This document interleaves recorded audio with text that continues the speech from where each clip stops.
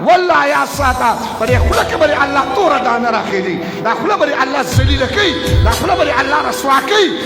پر موبایل کې تاسو ګورئ موبایل کې تاسو ګورئ یو لګیا دی وای په دغه کیلو هغې ته کنځلې کوي پټکي ته کنځلې کوي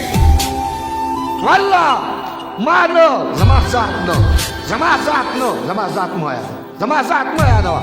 نه دې کوم دی مولانا محمد رحیم ذات یادوه نه دې کوم دی مولانا فضل الرحمان صاحب ذات یادوه دا پټکې خو د مولانا فضل الرحمان نه دی دا ګیره خو د مولانا فضل الرحمان نه ده دا پټکې خو مولانا فضل الرحمان په خپله چې کوم دی نه دی ایجاد کړی دا ګیره خو مولانا فضل الرحمان ایجاد نه ده دا پټکې خو ما ته د محمد رسول الله نه رارسېدلی دا پټکې خو ما ته د امام الانبیا نه رارسېدلی دا پټکې خو ما ته د ابوبکر صدیق عمر فاروق نه رارسېدلی دا پټکې خو ما ته د بدر د صحابه اکرامو نه د ملائکو نه رارسېدلی دی چې بدر کې ملائکو پټکې والو زیړ پټکې والو دا پټکې زیړ خو چې کوم دی دا د بدر د ملائکو دی ته د بدر د ملائکو په پټکي پورې خندا کې خدا را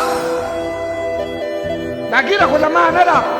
دا ګیره خو د ملا نه ده دا ګیره خو د عالم نه ده دا ګیره خو د مولانا فضل الرحمان نه ده د الله بنده ته په دې ګیره پسې کنځلې کوي نو دا ګیره خو د محمد رسول الله ده دا ګیره خو د امام الانبیا ده دا ګیره خو د دواړو جهانو د سردار ده خدا را ستا نه ګیره خلاصه نه شوله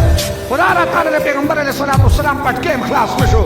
ته د پیغمبر علیه السلام د پټکي مذاق وړاوې ته د پیغمبر علیه الصلاة والسلام د ګیرې مذاق وړاوې والله یا ساته والله یا ساته والله یا ساته په دې خوله کې به د الله توره دانه راخېږي دا خوله به د الله ذلیله کوي دا خوله به د الله رسوا کوي دا خوله به د الله تباه کوي او انشاءالله ستا د وجود به ټوټې ټوټې الله کوي چې تا خنداګانې کړي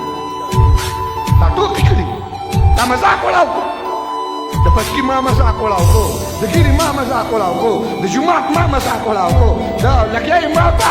مذاق چې کوم دی د مانسه مذاق مونږ وړاو کو چېر کم مذاق مونږ پرېښو